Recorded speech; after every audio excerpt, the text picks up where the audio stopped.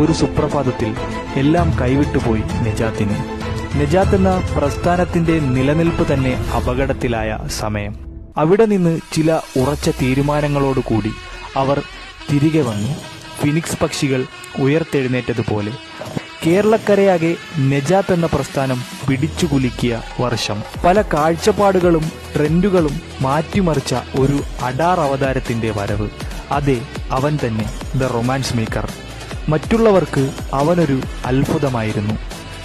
ഇന്ദ്രജിത്ത് എന്ന കലാകാരന്റെ ഗ്രാഫിക്സ്, സലാം സാഡിയോസിന്റെ അന്നത്തെ മോസ്റ്റ് ട്രെൻഡിംഗ് വർക്ക്. അവൻ കുതിച്ചുയരാൻ തുടങ്ങി, അതോടൊപ്പം നജാത്തും.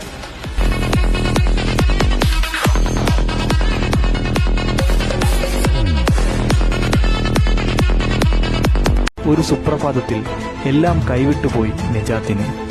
നജാത്ത് എന്ന പ്രസ്ഥാനത്തിന്റെ നിലനിൽപ്പ് തന്നെ